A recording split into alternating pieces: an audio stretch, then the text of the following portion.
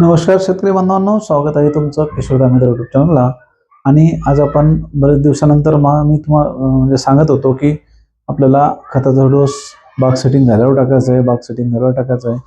तर आता जवळजवळ विदर्भातील 90-95% बागा सेट झालेल्या आहे.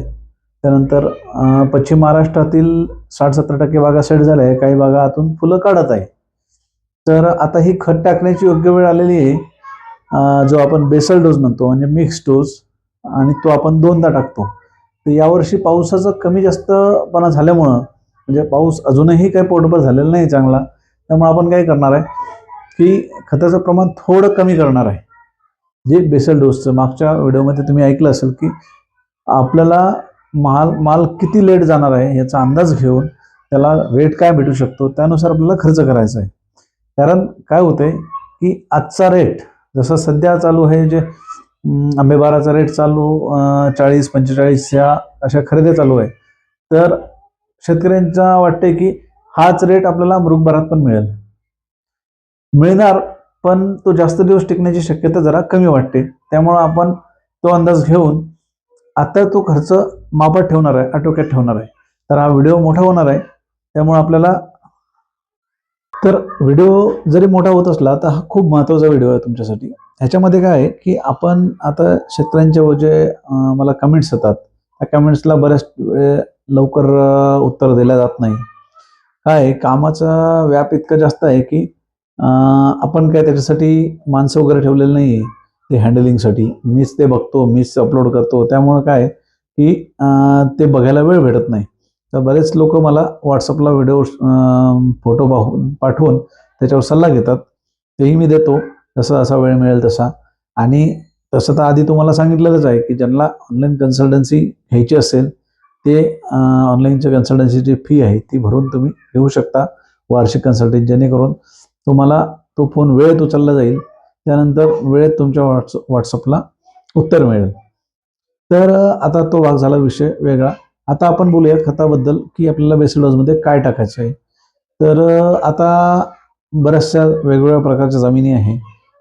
डीप सॉईल आहे, मध्यम हलकी आहे, त्यानंतर थोडी एकदम जास्त हलकी म्हणजे आपण त्याला लालसर म्हणू किंवा भुरकट म्हणू.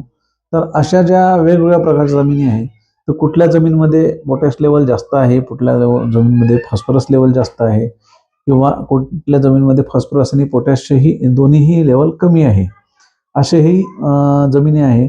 तर आपल्याला माती परीक्षण तर महत्त्वाचं आहेच. माती परीक्षणामध्ये आपल्याला माहिती मिळून जाते की कुठला घटक आपल्या जमिनीमध्ये कमी जास्त आहे, आणि त्यानुसार आपल्याला खताच्या मात्रेमध्ये थोडासा बदल करता येईल. खताचे जे हे आहे प्रकार आहे ते तेवढेच ठेवायचे, त्याच्यामध्ये बदल करायचा नाही आहे, जे मी तुम्हाला आता पुढं सांगणार आहे. फक्त त्याच्यामध्ये आपल्याला ज्यांच्याकडे माती परीक्षणाचा रिपोर्ट असेल त्यांना काय करायचं की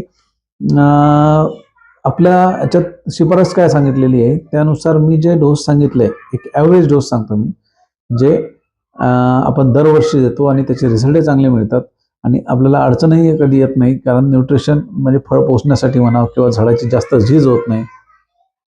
तर आता सर्वात पहिले आपण चर्चा करूया की जे प्रश्न शेतकऱ्यांनी विचारले की आता इथून पुढं जे गळ होणार आहे ती गळ कशी थांबवायची किंवा ती का होते. तर आता बघा, बाग यावर्षी काय झालं की जून महिन्यामध्ये विदर्भामध्ये बऱ्यापैकी बागा फुटल्या.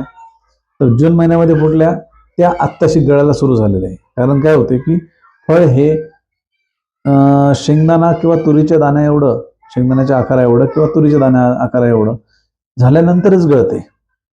आता ते झाडावर फळ किती लागलंय, आता फुलं येताना तुम्हाला पांढरं झाड जाऊन बघितलं होतं. फुलाची संख्या काही ठिकाणी आपण मोजली तर एका फांदीला म्हणजे ज्या झाडाला अशा 500 फांद्या 300 फांद्या आहे, म्हणजे 300 ते 500 फांद्यांची संख्या आहे, आणि एका एका फांदीला आपल्याला 100-100 150-150 फुलं मिळाले. तर 150 किंवा 100च धरा, 100 फुलं गुणीला 300 फांद्या, 300 गुणीला 100, 30,000 फुलं आपल्याला आले होते. तर 30,000 फुलं आले होते, त्यापैकी किरकोळ काय फुलं गळले असतील तर नरमादीचा विषय आहे. आता हे सगळं नरमादीचा विषय बघता आपण 25,000 किंवा 20,000, 20,000च धरा, कमीत कमी धरू आपण. 20,000 फुलं आपले सेट झाले. आता 20,000 फुलं सेट झाले, 20,000 फळं आपल्या झाडावर टिकणार आहे का? 10 वर्षाचं, 15 वर्षाचं झाड, 8 वर्षाचं झाड, जे काही असेल तुमच्या झाडाची वय, तर 20,000 फुलं टिकणार नाहीये. झाडाने काय केलं की 20चं 20,000 सेटिंग करून टाकलं. फुलं म्हणजे फळात रूपांतर केलं फुलाचं. आता 20,000 पैकी सुरुवातीच्या काळामध्ये काही गळालं, ते आपल्याला गवतामध्ये दिसलं नाही, काय नाही, असं सगळं ते आणि पावसामध्ये गळालं तर ते मातीत मिक्स झालं, काळं पडलं, त्याच्यामुळे आपल्याला काही लक्षात नाही आलं. तर त्याच्यामधूनही आपण म्हणू की 7-10,000 गळाले. आता 10,000 फुलं गळाले, फळं सेट झालेले गळाले, राहिले 10,000. सध्याची परिस्थिती अशी आहे की काहींचे मला जे व्हिडिओ आणि फोटो येत आहे की खूप मोठा सडा आलाय, म्हणजे हिरवं का पिवळे, हिरवे पिवळे असे फळं गळले बारीक बारीक. तर ते फळं मोजतो म्हणलं तर एका कोपऱ्यात 100 भरतात. एवढ्या 1-1.5 फुटाच्या कोपऱ्यामध्ये 100 भरतात. आणि सर झाडाचा घेर 16x16 आहे, 14x14 आहे, तर त्याच्यामध्ये ते किती भरेल? असे एका वेळेस 2 ते 3,000 फुलं दिसतात, फळं दिसतात.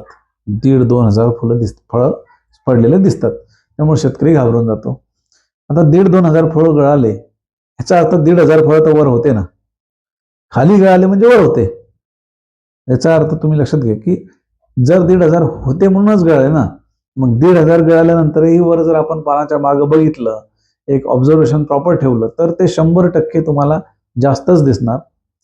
फळं कळलेली जास्त दिसणार, पण वरही त्या प्रमाणात फळं राहतेच. झाडाला जेवढं वाटते तेवढे जे होते. आता हा झाला नॅचरल गळीचा विषय. ह्याच्यामध्ये असं काही नाही की तुमचं रोगाने गळतच नाही. हे जे ढगाळ वातावरण, ऊन वेळेवर नाही, जमिनीचा वापसा नाही म्हणजे भरपूर पाऊस तर नाही आहे, पण जमीन ओलीच आहे. ह्याच्यामुळे होते काय की बुरशी डेव्हलप होते, फायटोप्थेरा बुरशी डेव्हलप होते, आणि ती बुरशी डेव्हलप झाली की ते तुमचं डेट जे आहे ते कमजोर करते. आणि डेट कमजोर झालं तर फांदी सुकणे, जे फांदी सुकेचा प्रॉब्लेम तुम्हाला येत होता, तो फांदी सुकणे आणि फळ सोडून देणे, हे प्रॉब्लेम तुम्हाला जाणवतो.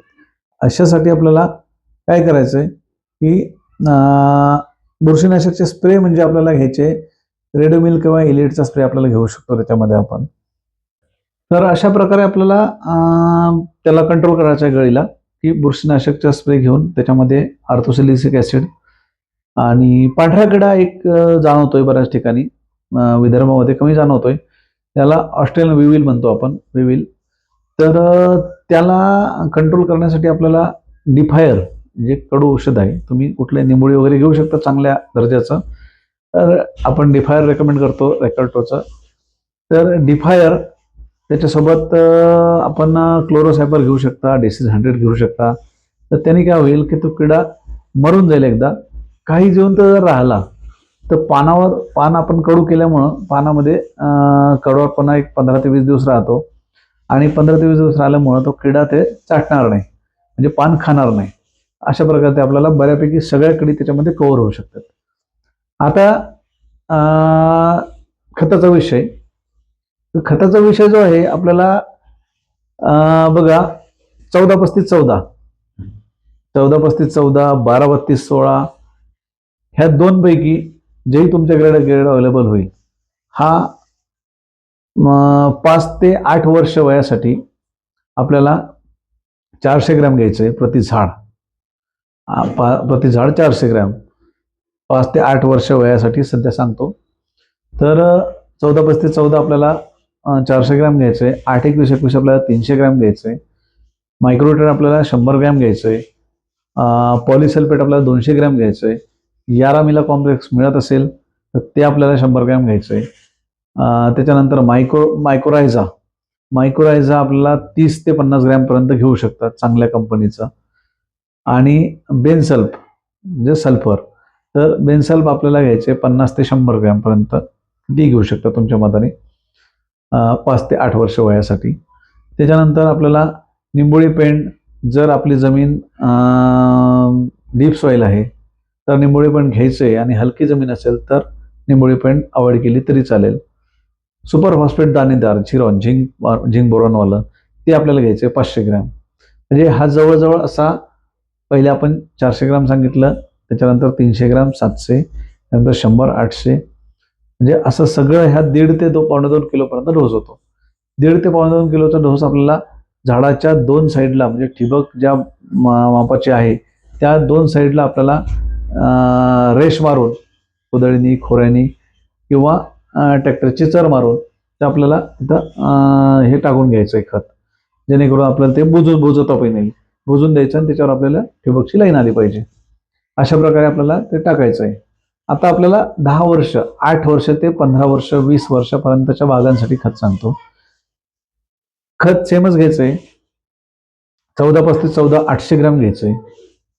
त्याच्यानंतर 8-21-21 500 ग्रॅम घ्यायचंय. मायक्रोट्रेन 200 ग्रॅम, पॉलिसल्फेट 200 ग्रॅम, त्याच्यानंतर YaraMila complex 200 gram, Bensulf 100 gram, निंबोळी पेंट ॲज इट इज 500 ग्रॅमपर्यंत घेऊ शकता. त्याची काही विशेष आवश्यकता आपल्याला म्हणजे नाही आहे. आपण जे वॉटर सोल्युबल किंवा दुसरे जे काही खतं देतो त्याच्यामध्ये आपण कीड व्यवस्थापन करतोच, त्यामुळे निंबोळी पेंट घेतलंच पाहिजे असं काही नाही. चांगल्या दर्जाचा असेल तर घ्याच. तर मायक्रोरायझा आपल्याला 50 ग्रॅमपर्यंत घ्यायचं आहे. 50-60 ग्रॅमपर्यंत घेऊ शकतात, चांगल्या कंपनीचं घ्या. तर आपल्याला अशा प्रकारे खत व्यवस्थापन आता सुरू करून द्यायचं आहे. म्हणजे आजची तारीख आहे 2 ऑगस्ट. आता आपल्याला 5, 8, 10 म्हणजे जेव्हाही तुम्हाला जमिनीचा वापसा सवड असेल, ह्या गोष्टी लक्षात घेऊन आपल्याला खत व्यवस्थापन करून घ्यायचं आहे. ज्यांचे बाग सेट झाले त्यांच्यासाठी सांगतोय, म्हणजे ज्यांचे बाग आता ज्वारीसारखा किंवा शेंगदाण्याच्या आकाराचा फळ झालंय त्यांच्यासाठी हा बेसल डोस आहे. बेसल डोस तुम्ही व्हिडिओ पॉज करू लिहून घ्या आणि त्याप्रमाणे घेऊन तुम्ही टाकू शकता. आता काहींच्या अडचणी अशा असेल की गवत आहे, मग गवताला रोटा मारू का, तणनाशक मारून का? तर ज्यांचे सेटिंग होऊन एक 15-20 दिवस झाले ते ग्लुकोसिनेट अमोनियम 13.5%, स्वीप पॉवर, फेरिओ, क्लीन पॉवर अशा बऱ्याच नावाने येते. तर ते आपल्याला घ्यायचं आहे 100 मिली प्रति पंप 15 लिटरचा. आणि जर लवळा असेल, लवळा आमच्या भागात लवळा म्हणते लांब लांब गवताचा, तर लवळा जर असेल तर सोमोटोमोचं सुमी मॅक्स म्हणून 5 मिलीने आपल्याला ऍड करायचं आहे. अशा प्रकारे आपल्याला तो स्प्रे मारून, सध्या वारं खूप आहे तर वाऱ्याचा अंदाज घेऊन आपल्याला तो स्प्रे मारायचा आहे. वर झाडावर उडू द्यायचं नाहीये शक्यतो, कारण जमिनीत काही ते त्रास देत नाही. पण जर वर झाडावर पडलं तर आपली फांदीच्या पानं जळू शकतात किंवा बार गळाची पण समस्या आपल्याला येऊ शकते. तर त्यामुळं तेवढी आपल्याला काळजी घ्यायची आहे. गवत एकदाच मोकळं करूनच आपल्याला हे खत टाकायचं आहे. जर शेंगदाण्याच्या आकाराच्या वर त्यांची साईज गेली आहे, ते वरचेवर रोटाई मारू शकता. रोटा कसा मारायचा की फक्त जमिनीत रुतवायचं आहे आपल्याला यंत्र आणि गवत कापत चालायचं आहे जवळजवळ. मातीचा वरचाच भुगा निघाला पाहिजे फक्त. असं जर केलं तर मुळे हलणार नाही बिलकुल आणि तुमचं गवतही नियंत्रणामध्ये येऊन जाईल. तर अशा प्रकारे आपल्याला गवताचं नियंत्रण करायचं आहे. आता हे जे आहे आपण जे वॉटर सोल्युबल देतोय ते कशासाठी देतोय की आपण ह्या जो माल लेट फुटले, म्हणजे काहींचे जुलैच्या पहिल्या आठवड्यात, दुसऱ्या, तिसऱ्या, चौथ्या, म्हणजे जुलै महिनाभर फुटत होते, त्यानंतर जूनच्या शेवटी पण काही बाग फुटलेले आहे. तर हे फेब्रुवारीपर्यंत हार्वेस्ट व्हावे, म्हणजे फेब्रुवारीपेक्षा मार्चमध्ये जाऊ नये, कारण मार्चमध्ये टेम्परेचर वाढणार आहे, सनबर्निंगचा त्रास होऊ शकतो. त्यानंतर बऱ्याचशा अडचणी आहे, गळ वगैरे सगळ्या गोष्टी. कारण मागच्या वर्षी काय झालं, पश्चिम महाराष्ट्राच्या शेतकऱ्यांना डिसेंबर 10 पासून हार्वेस्टिंग सुरू झाली आणि जानेवारी एंडपर्यंत संपून गेली. तर त्यांनी फेब्रुवारी बघितलंच नाही फळांनी. फेब्रुवारी न बघितल्यामुळे काय झालं की गळ ही त्यांना समजलीच नाही गळ कशी असते.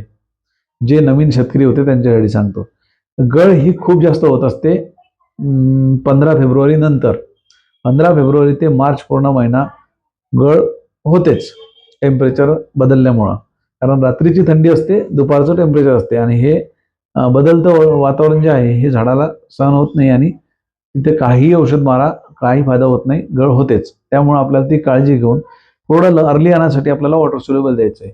वॉटर सोल्युबलमध्ये तुम्ही 12-61चे 3-4 डोस रिपीट करू शकता. 13-40-13चे महिन्याला एकदा ह्युमिक ॲसिड चांगल्या कंपनीचं द्यायला पाहिजे. आपण जे ह्युमिक स्टार रेकमेंड करतो, आता ते प्रत्येक भागात मिळत नाही. पण जिथे ज्यांना अवेलेबल करता येईल त्यांनी ते अवेलेबल करून ते सोडा. त्यानंतर अजून एक शेतकऱ्यांच्या अडचणी आहेत की आता आंबेबाराची गळ खूप जास्त आहे. तुम्ही व्हिडिओ बरेच बघितले असणार आहे आंबेबारावरचे, मला माहिती आहे. त्यामुळे त्यावर खूप जास्त बोलण्याचा अर्थ नाहीये, पण थोडं वेट करा. आंबेबार काय सगळा गळणार नाही तुमचा.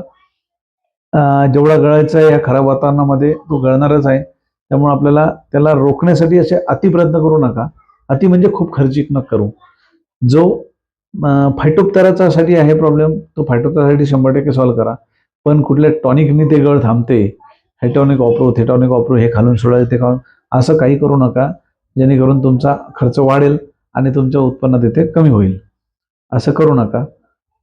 आंबेबाराची पुढची तयारी, आंबेबाराची जी पुढची तयारी आहे म्हणजे डिसेंबरची, ती आतापासूनच करायची आहे. तर आपल्याला त्यासाठी बेसल डोस हे आताच टाकायचा आहे. त्या मृगासाठी मी सांगितले ना, त्यातलंच बेसल डोस तुम्ही आंबेबारासाठी ही आत्ता टाकू शकता, जेणेकरून ते माल हार्वेस्ट होता होता म्हणजे तो माल पोचता पोचता झाड पण नवीन तयारी करून घेते पुढच्या डिसेंबरला फुटण्याची. तर ते आपल्याला आताच करायची आहे. आणि आता आपण समजा खताचा विषय झाला, वॉटर सोल्युबलचा विषय झाला. स्प्रेमध्ये आता इथून पुढे जे ज्यांचे फुलावस्थेमध्ये आहे बाग किंवा आता जस्ट 4 दिवस आधी पाकळी गळ आली, सेटिंग आत्ताशी कंप्लीट झाली, त्यांना अजूनही गळ जाणवत नाही आणि त्यांना गळ होणार पुढच्या 10 ते 15 दिवसामध्ये. तर ते गळ होणार आहे असं लक्षात ठेवून आपल्याला calcium boron, calcium nitrate boron घ्या किंवा हायड्रोस्फेट घेऊ शकता. तर आपल्याला हे ड्रिपनी सोडायचं आहे कॅल्शियम बोरॉन. कारण कॅल्शियम बोरॉननी काय होते, तुमचं डेट जे आहे म्हणजे अपटेक चांगला वाढतो, त्यानंतर डेट जे आहे ते थोडंसं मजबूत होते आणि मजबूत झाल्यामुळं फळगळ कंट्रोलमध्ये राहते. तर आपल्याला कॅल्शियम बोरॉनचा प्रयोग करायचा आहे. आणि याच्यानंतरही जर तुम्हाला गळ वाटली तर आपल्याला तिथे स्प्रेवर आपल्याला काम करायचं आहे. तर स्प्रे कुठले घ्यायचे ते तुम्हाला रोजच्या रोज माहिती मिळत राहते गळ बघून. कोळी माइट्सचा जो अटॅक आहे तो आता येण्याची दाट शक्यता आहे, काही ठिकाणी जाणवतोय. पानावर पांढरे ठिपके, फळावर पांढरे ठिपके आंबेबाराच्या फळावर किंवा मृगबाराच्या फळावर दिसत आहे आपल्या त्या मागच्या 5-6 दिवसातल्या ऑब्झर्वेशननुसार. तर त्यासाठी आपण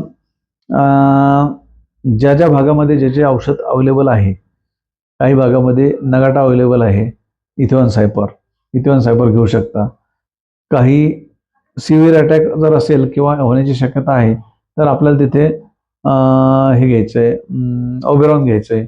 अन्यथा आपल्याला ऑस्पिरो मी मागे सांगितलं होतं, ऑस्पिरो. तर ओबेरॉन आणि ऑस्पिरो एकच औषध आहे, सेम कंटेंट आहे, फक्त रेटमध्ये खूप मोठा बदल असल्यामुळं आपण ऑस्पिरो रेकमेंड करतो आणि रिझल्टही त्याचे खूप चांगले आहे. त्यामुळं शक्यतो ज्यांना ज्यांना आंबेबहार किंवा कुठलाही मृगबहार सेट झालेला आहे त्यांनी एक कोळीचा स्प्रे अर्जंट काढून घ्यायचा आहे. कोळीचं मायटीसाईड तुम्ही कुठलंही घ्या, पण एक स्प्रे आपल्याला अर्जंट काढायचा आहे, जेणेकरून आपल्याला कोळीचा इफेक्ट जाणवणार नाही. आणि जरी नसेल कोळीचा इफेक्ट तरी चालेल, एकदा हा खर्च होऊ द्या. कारण कोळी हे खूप महत्त्वाचा विषय आहे. कोळी जर कंट्रोल नाही झाला तर तुमचं खूप मोठं नुकसान होऊ शकते. तर अशा प्रकारे आपल्याला नियोजन करायचं आहे. खताची माहिती समजली, जरी समजली नसेल तर तुम्हाला पुढच्या व्हिडिओमध्ये मी एक चार्ट टाकून देईल, जेणेकरून तुम्हाला तो सहज वाचता येईल. पण व्हिडिओ पूर्ण पाहिल्याबद्दल धन्यवाद. कारण व्हिडिओमध्ये जे पॉईंट आज मी सांगितलेले आहे हे संपूर्ण ह्या पुढच्या 3 महिन्यासाठी जे महत्त्वाचे पॉईंट आहेत ते सगळे पॉईंट राहिले. तरीही काही राहिले असेल तर ते तुम्ही मला कमेंट्समध्ये टाकू शकता. पुढच्या व्हिडिओमध्ये आपण त्या कमेंट्स टॅली करून त्याच्यावरचा व्हिडिओ बनवूया. धन्यवाद.